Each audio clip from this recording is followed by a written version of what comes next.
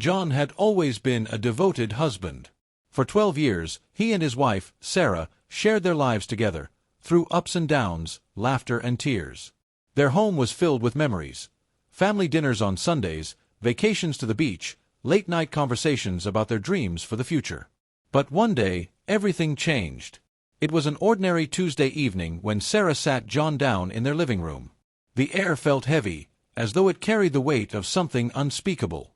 Her hands trembled slightly as she clasped them together, avoiding his gaze. "John," she began hesitantly, her voice barely above a whisper, "I need to tell you something. Something that's been weighing on me for a while now." She paused, searching for the right words. "I've met someone else. Someone I believe is my true love." The room seemed to spin around John. He stared at her, unable to process what he was hearing. "What are you saying?" he asked, his voice cracking under the strain of disbelief. "I'm sorry, John," Sarah continued, tears welling up in her eyes. "This isn't fair to you, I know that, but I can't keep pretending anymore. I don't feel the same way I used to. I want a divorce." Each word felt like a dagger piercing his heart. How could this be happening? Hadn't they promised each other forever? Hadn't they weathered storms together before? John pleaded with her, trying to understand what went wrong, but Sarah was resolute. No amount of reasoning or emotional appeals could change her mind. In the weeks that followed, John spiraled into despair. Their once happy home became a hollow shell of its former self. Every corner reminded him of Sarah, the scent of her perfume lingering in the air, her favorite mug still sitting on the kitchen counter. Even mundane tasks like making coffee or folding laundry brought waves of grief crashing over him. Friends and family tried to console him, urging him to focus on moving forward. "She wasn't the right person for you," his best friend Mark said during one particularly low moment. "You deserve someone who truly loves and appreciates you." But how could John move on when every fiber of his being ached for what he had lost? Trust felt like a distant concept now, shattered beyond repair. Nights were the hardest. Sleep eluded him, and when it came, it was plagued by restless dreams of Sarah walking away from him again and again. Months passed, and slowly, John began to rebuild himself. He threw himself into work, taking on extra projects to distract himself from the pain. On weekends, he started volunteering at a local community center, helping organize events and mentor young people. It gave him a sense of purpose, a reminder that there was still good in the world, even if his own life felt broken. One Saturday afternoon, while assisting with a book drive at the community library, John noticed a woman browsing through the fiction section. She had warm brown eyes, a kind smile, and an aura of quiet confidence. When she reached for a novel on the top shelf, their hands brushed accidentally. "Oh, sorry," she exclaimed, laughing softly. "I didn't mean to invade your space." "No problem at all," John replied, smiling despite himself. "Are you looking for anything specific?" They struck up a conversation about books, discovering a shared love for classic literature and poetry. By the time they parted ways, John realized he hadn't felt this light-hearted in months. The woman introduced herself as Emily, and they exchanged numbers, agreeing to meet again soon. As weeks turned into months, John found himself eagerly anticipating their meetings. Emily was unlike anyone he'd ever met. She listened intently, valued honesty, and appreciated John for who he was, not who she wanted him to be. Unlike Sarah, Emily didn't rush things. She respected boundaries and understood that healing took time.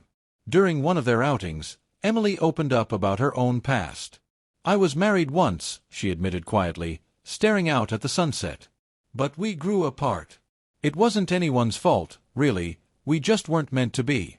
It took me a long time to heal after that." Her vulnerability touched John deeply. "I get it," he said softly. "It's hard to trust again after you've been hurt. But maybe second chances are worth taking."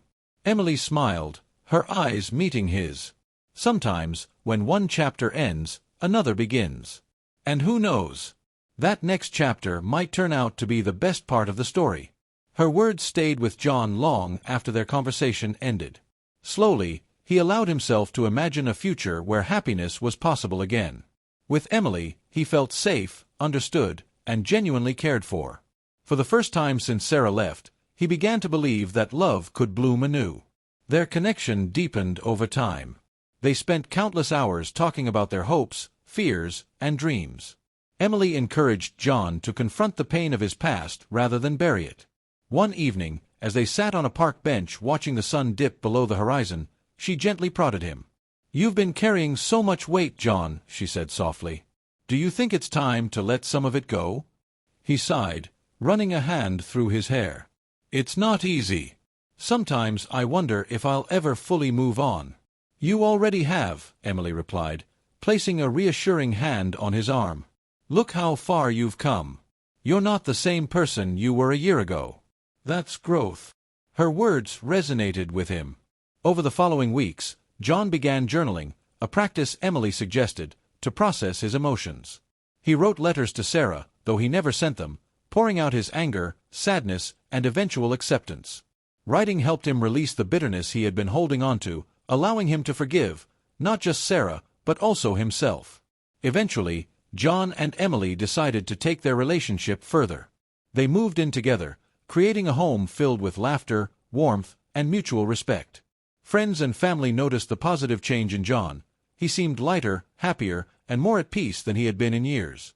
When John finally proposed to Emily, it wasn't out of spite or revenge. It was because he had found genuine happiness with someone who truly cherished him. On their wedding day, surrounded by loved ones, John looked into Emily's eyes and knew he had made the right choice.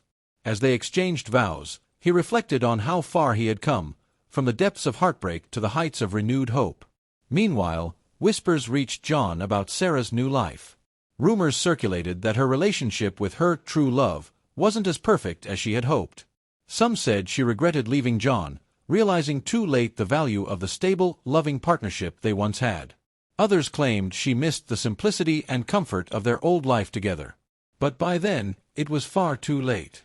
John chose not to dwell on the past.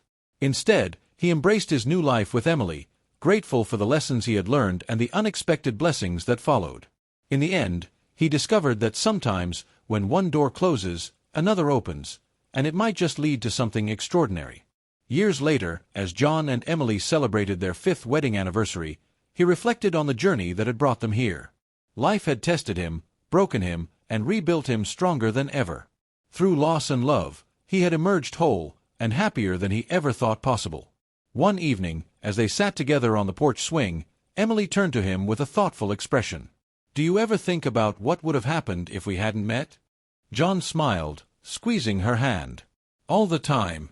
But then I remember that everything happens for a reason. If I hadn't gone through what I did, I wouldn't appreciate what we have now." Emily leaned her head against his shoulder, content in the knowledge that they had built something beautiful together. For John, the scars of his past remained, but they no longer defined him. Instead, they served as reminders of his resilience and capacity to love deeply once again.